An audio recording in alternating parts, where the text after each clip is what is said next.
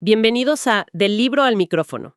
Hoy vamos a meternos de lleno en un texto fascinante, El arte del engaño de Daniel Tubau. Un libro que da mucho que pensar, la verdad. Sí, tenemos aquí varias notas y extractos. Y lo interesante es cómo usa el clásico El arte de la guerra de Sun Tzu, pero no solo para hablar de guerra. Exacto, lo usa como un punto de partida, ¿no? Para explorar algo mucho más amplio. Eso es. Habla de la omnipresencia del engaño en la estrategia, claro, pero también en la sociedad, en cómo pensamos. Nuestra idea hoy es, desentrañar un poco esas ideas clave que presenta Tubau. Ver cómo se conectan, por qué nos siguen diciendo tanto hoy. Exacto. Y el material que tenemos de Tubau es muy rico, ¿eh? Toca desde si la honestidad total es siquiera buena. Ya empezamos fuertes. Sí, hasta analizar tácticas específicas de estrategas chinos como Sun Tzu, Sun Bin. Y conceptos como el yin y yang aplicados a esto, ¿no? Totalmente. La psicología de la guerra, cómo se compara con juegos como el Go o Weiqi, como le dicen en China.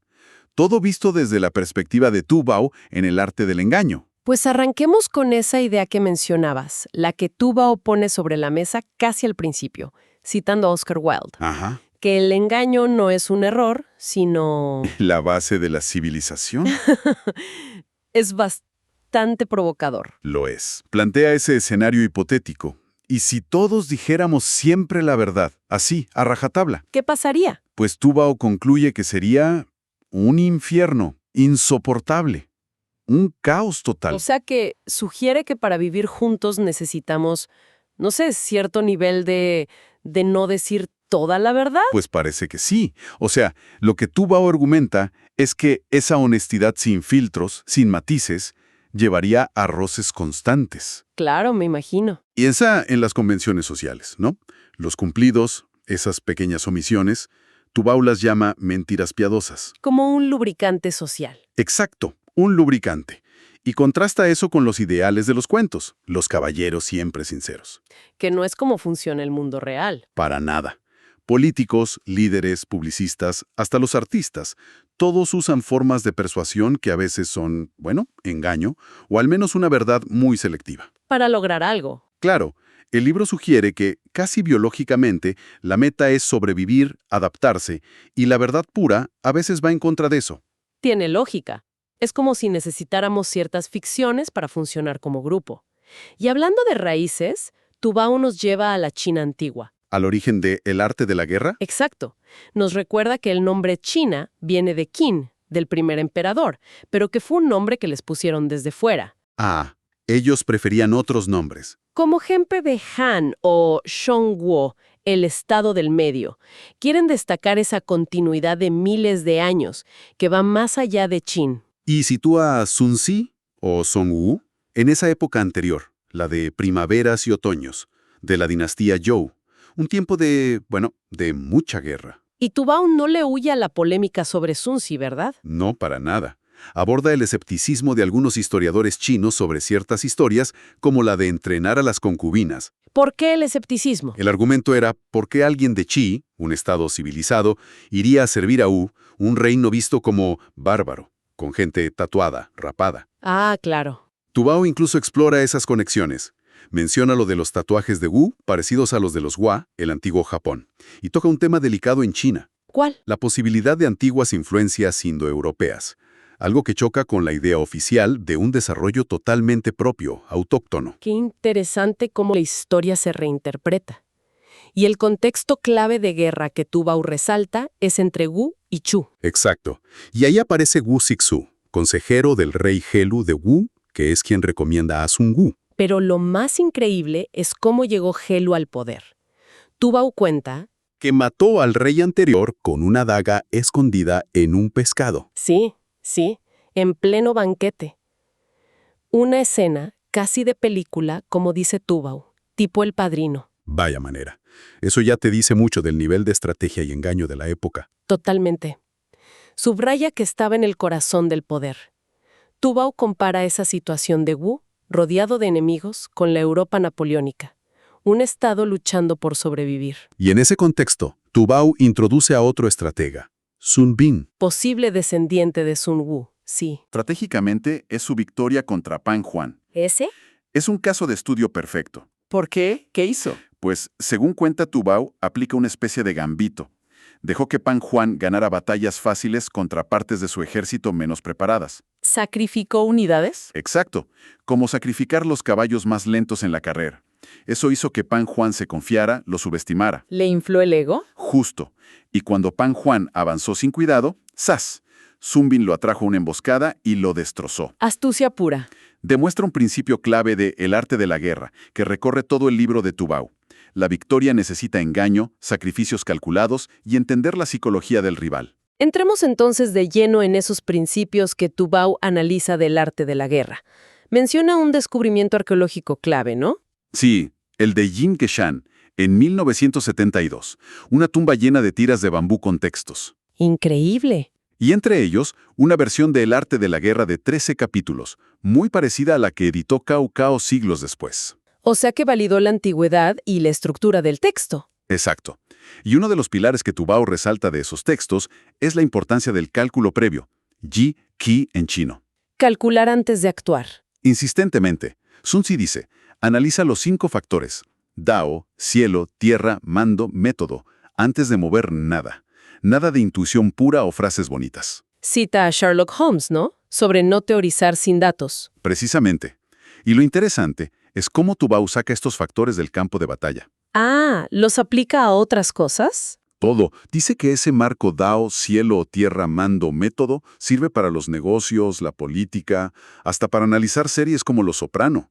¡Qué bueno! Eso sí es traer un clásico al presente. Totalmente. Y eso nos lleva a otra idea clave que explora Tubao, lo ortodoxo, Shen, y lo heterodoxo, Qi. Lo esperado y la sorpresa. Exacto. Sun Tzu dice que normalmente atacas con lo ortodoxo, lo convencional, Shen, pero ganas con lo heterodoxo, lo inesperado, Qi. ¿Pero no son opuestos o sí? No, son complementarios, se generan el uno al otro. Tubao lo compara con la música o los colores. Necesitas la base Shen para poder improvisar Qi. Justo eso. Necesitas las escalas para hacer un buen solo. El Qi sin Shen es solo caos. Tiene sentido. Pero Tubao va más allá y lo conecta con la teoría de la información de Shannon. ¿La de señal versus ruido? Esa misma. La señal es la info útil. El ruido la oculta. Pero Tubao, siguiendo a gente como Whaley, introduce la desinformación. Que no es solo ocultar. No, es crear señales falsas activamente. Engañar al enemigo para que persiga fantasmas, gaste recursos, tome malas decisiones. Eso es Qi en acción. El ejemplo que da Tubao el Mullah Nasruddin es genial para eso. Buenísimo. El que cruzaba la frontera con burros cargados de paja. Los guardias buscaban contrabando en la paja. Y nunca se dieron cuenta de que lo que contrabandeaba eran los burros. Exacto. Estaban distraídos por la señal obvia, la paja, y no vieron la maniobra real, el robo de burros. Es un ejemplo perfecto de Qi. Tubao dice que eso pasa hasta en el cine, como en Pulp Fiction, con la cronología alterada. Sí, para generar sorpresa y recontextualizar todo. Y este engaño, dice Sun Tzu, se aplica incluso hacia adentro. ¿Engañar a tu propio ejército? Mantenerlos en cierta ignorancia sobre el plan general. Para evitar filtraciones, claro, pero también para que no cunde el pánico si saben todo el riesgo. El general debe ser insondable. Y para saber del enemigo y desinformarlo, los espías. Capítulo clave en Sun Tzu. Tubao detalla los 5 tipos. Nativo, interno, doble agente, el liquidable, que lleva info falsa y se sacrifica, y el flotante, que entra y sale. Cruciales. El chiste de Freud que cuenta Tubao sobre los 2 judíos en el tren. Es perfecto para ilustrar las capas de sospecha. ¿A dónde vas? A Cracovia. Y el otro piensa, dice Cracovia para que crea que va a Lemberg, pero sé que va a Cracovia. Mentiroso. Te muestra lo complicado que se vuelve todo. Y el gran arquetipo de engaño militar, el caballo de Troya. Tubao sigue su rastro. Desde el mito hasta hoy. Sí, menciona el micrófono oculto de Teremin en la embajada de EEU en Moscú, disfrazado de regalo. Y los virus troyanos, claro. Cambia la forma, no el principio. Hablando de principios, otro concepto que analiza Tubao es el Shi, potencial estratégico. Eso es. Citando a Albert Galvani, no es fuerza bruta. Es la energía potencial que creas o aprovechas por cómo configuras la situación. Como una roca en la cima de una montaña. Exacto. Aún no se mueve, pero tiene un potencial enorme, Shi, por su posición. El estratega busca esas configuraciones, terreno, psicología del enemigo, momento justo. El Huainan sí habla de 3 tipos de Xi, ¿no? Sí, el del entusiasmo de las tropas, el del terreno y el de la ventaja temporal. Es como aprovechar el momentum. Canalizar las fuerzas que ya existen. Eso es.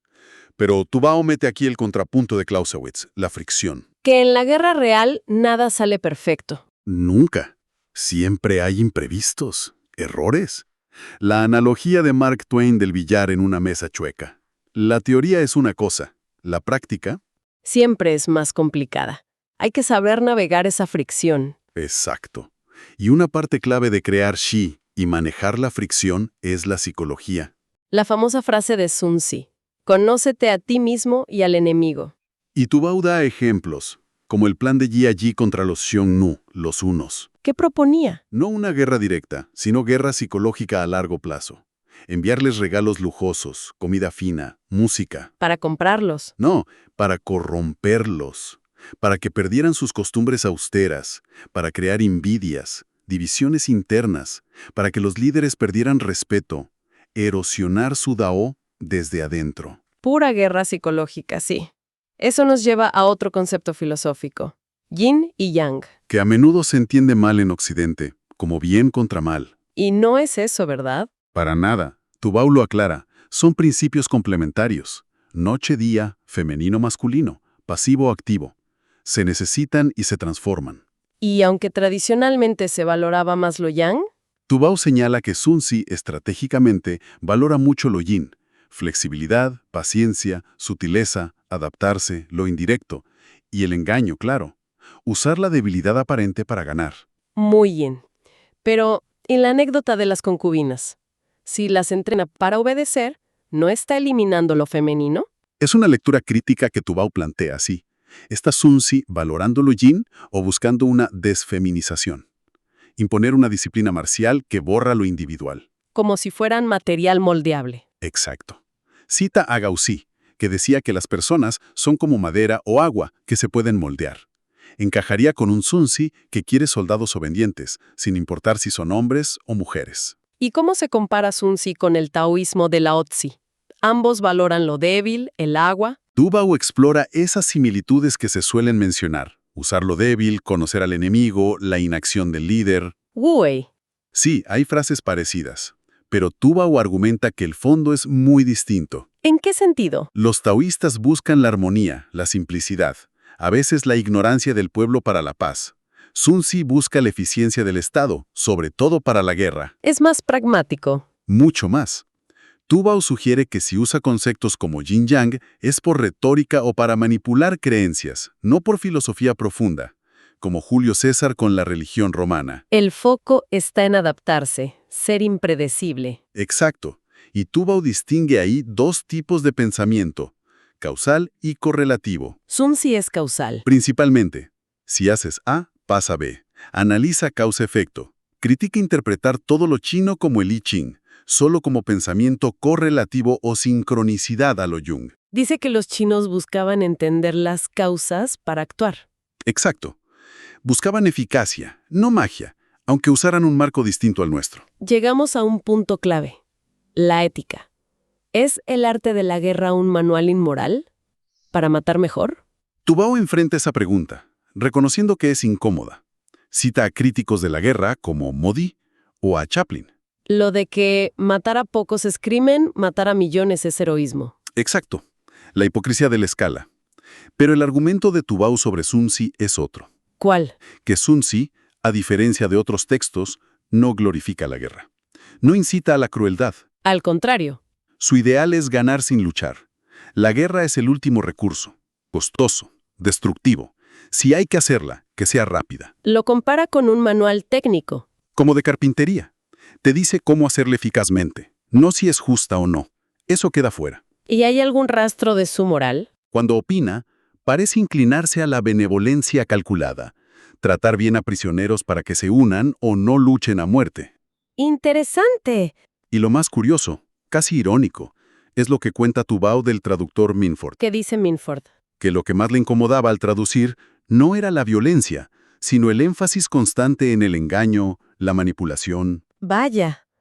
Quizás eso dice más de nosotros hoy. ¿Puede ser? Bueno, hemos recurrido bastante con el análisis de Tubao en el arte del engaño. Si tuviéramos que resumir la esencia, ¿cuál dirías que es? Yo diría que Tubao nos muestra el engaño como una fuerza paradójica, pero fundamental en lo humano. Necesaria y peligrosa a la vez. Exacto. Por un lado, parece necesaria para la convivencia, es el lubricante social. Por otro, es una herramienta estratégica potentísima, más allá de la guerra, pero que siempre nos plantea dilemas éticos. Y el arte del engaño usa el arte de la guerra como una ventana para ver todo eso. Exactamente. Una ventana privilegiada a esa dimensión oculta de cómo interactuamos. Y eso nos deja pensando. El engaño estratégico de Sun Tzu, como lo analiza Tubao, funciona explotando expectativas, percepciones, información asimétrica. Y vivimos hoy en una era de sobrecarga informativa, redes sociales, fake news, desinformación a toda máquina. La pregunta es inevitable. Claro, esta hiperconexión, este diluvio de datos, nos hace más vulnerables a engaños más sofisticados, a manipulaciones masivas. ¿O al revés? La transparencia que a veces fuerza la tecnología, la capacidad de verificar, dificulta las viejas tácticas. Es la eterna batalla entre señal y ruido, verdad y mentira, pero en un campo de batalla digital, globalizado, mucho más complejo. ¿Cómo se configuran hoy el Zen y el Qi en este nuevo entorno? Esa es la pregunta que queda flotando. Algo sobre lo que reflexionar, sin duda. Una pregunta muy pertinente para cerrar. Muchísimas gracias por acompañarnos en este análisis profundo de El arte del engaño de Daniel Tubao, viendo cómo resuena la estrategia antigua hoy. Esperamos que les haya resultado tan estimulante como a nosotros. Un placer, como siempre. Les invitamos a pensar cómo estos conceptos de estrategia, percepción y engaño se ven en sus propios entornos, en su día a día. Seguro que encuentran ejemplos. Y no olviden seguirnos en nuestras redes sociales para no perderse futuros análisis como este. Hasta la próxima entrega de Del libro al micrófono.